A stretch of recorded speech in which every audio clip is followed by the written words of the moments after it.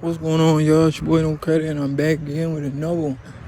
I need you guys to do me a favor, hit that like button, hit that subscribe button, hit that notification icon for more videos like this. That being said, let's get into it.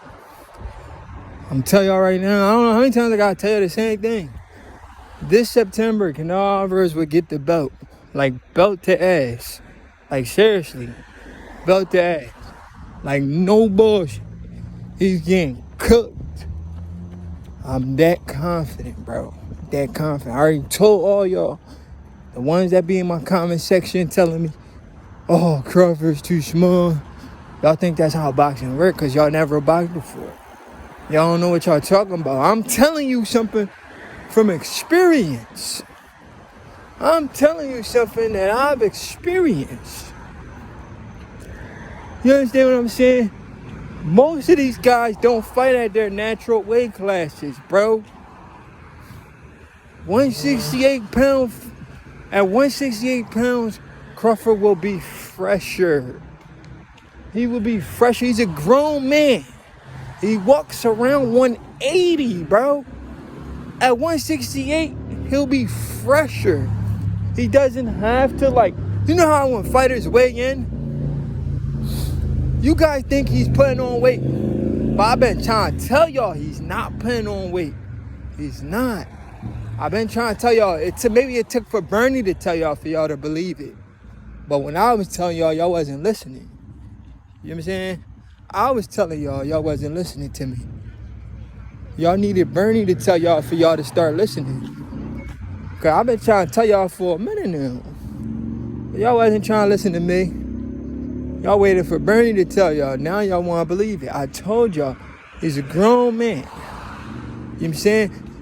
Just how Canelo himself was able to come from 140 to 175, but Crawford can come from 135 to 168.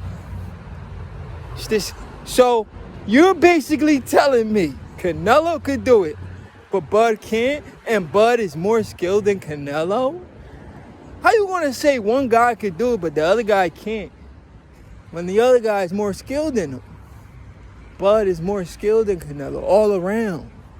All around better athlete, first of all. He's more athletic than him. He's more of, bro, he has all the advantages, bro. Canelo's style is tailor-made for Bud. Bud has all the advantages. You understand what I'm saying? He has all the advantages. His style is tailor-made for him. Tailor-made for him. I keep trying to tell y'all, but y'all not listening to me.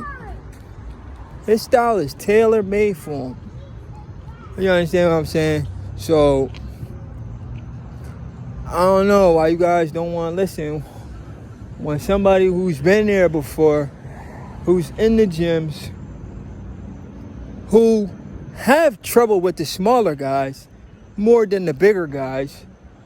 The smaller guys are harder to deal with. The bigger guy, yes, he may have more power, but at the end of the day, you gotta land those shots. What if you can't land those shots? And all y'all keep saying Crawford get hit too much. Crawford get hit too much.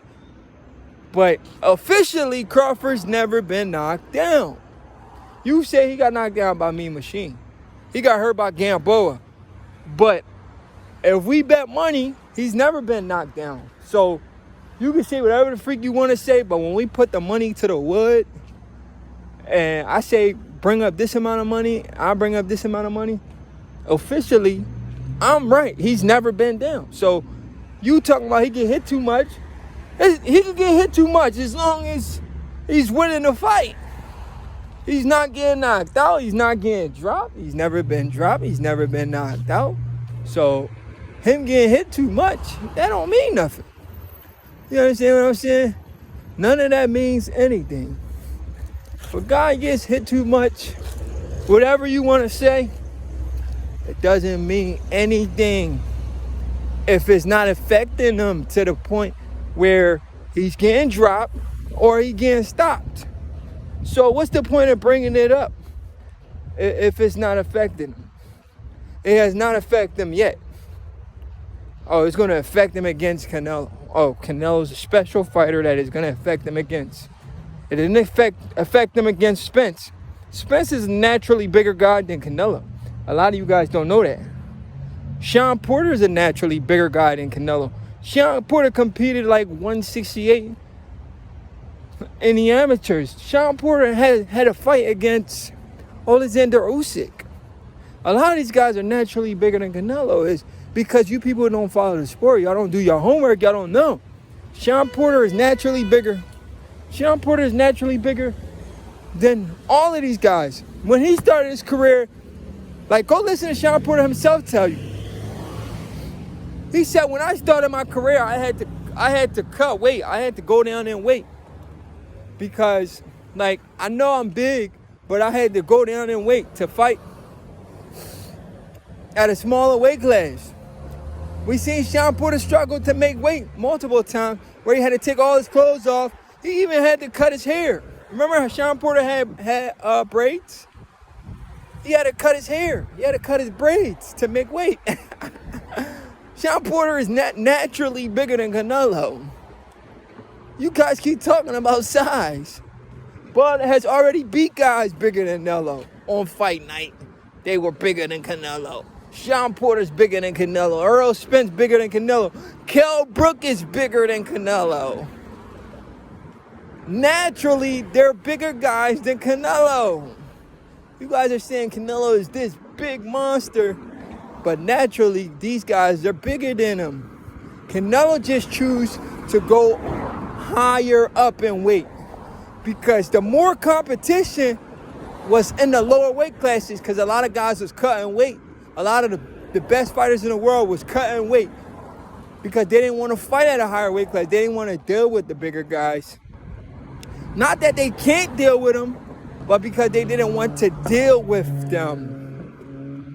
Because the bigger guys pack a big punch. They didn't want to deal with that. But I'm pretty sure if they have to deal with it, they're going to deal with it. Like Canelo. Canelo's okay with dealing with it because he got a good chin. That's why he was able to move up in weight. But them other guys, they didn't want to deal with the bigger guys. They wanted some advantage, so they choose to cut weight. Guys like Charlo, Spence, Porter, Brook, them guys choose to cut weight. You understand? Because Spence, he started at 154. You people don't follow the sport. You don't study the sport. Maybe you follow it, but you don't study it. All right, that's the difference from following the sport and studying the sport. Me, I'm a student of the game.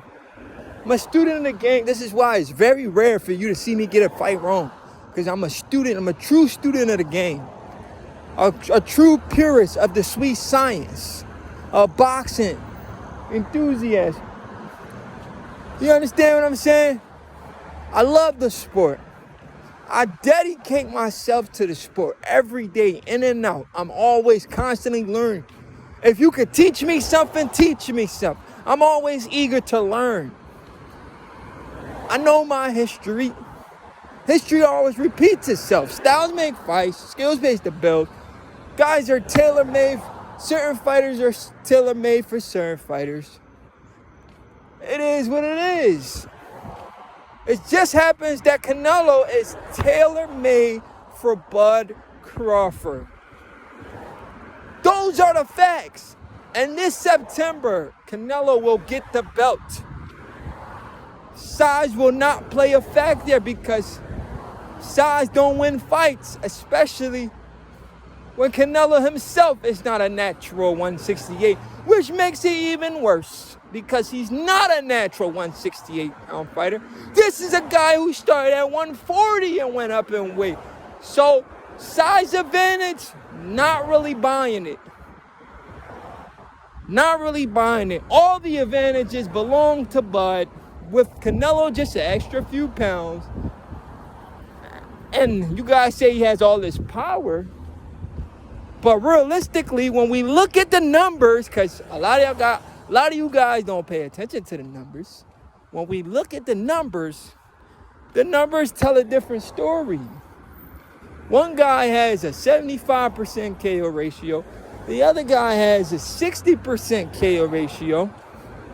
So according to the numbers are painting a totally different story. Y'all saying, oh, he's this big puncher, he's a knockout artist, he's this, he's that. But according to the numbers, it's a totally different story. Totally different story. With a 60% KO ratio, that means almost 60% of his fights. 50% of his fights is going a distance. So he's a 12-round fighter, and y'all trying to make him out to be a knockout artist. He has 60% KO ratio. A freaking 12-round fighter, but yes, in your head, for some reason, you think he's this big puncher and he's going to stop Crawford. He's going to punch him in the arm. Crawford's going to stand right there like y'all used to say about Errol Spence. Oh, Crawford can't run for 12 rounds. Once Errol Spence starts touching him, it's over. He's going to freeze up. Errol's going to punch him in the arm, punch him in the body. Crawford has a small frame. Exactly. The small frame's going to work for him because he's not giving you too much. With the bigger guys, it's easier to hit him because you have more target. But once he's on an angle, he's taking away that target. Plus, he's a smaller guy. So it's harder to hit the smaller guy because the frame of the smaller guy, he doesn't really give you too much to hit him. And he's not going to be there for that. He's too quick in and out. He's going to get his and get out. Get his, get out. But you don't understand that because you don't know strategy. You don't know boxing. You don't know game plan. You don't know. Your mind can't, you don't have a boxing IQ. Your mind can't fathom something like that. You can't think on that type of level. So it's hard for you to understand that. All you see is size and power and you think this guy's going to lose. Which makes absolutely no sense. And that's not how it works. And come September, Canelo Alvarez is getting the belt. It's your boy No Credit, and I'm out.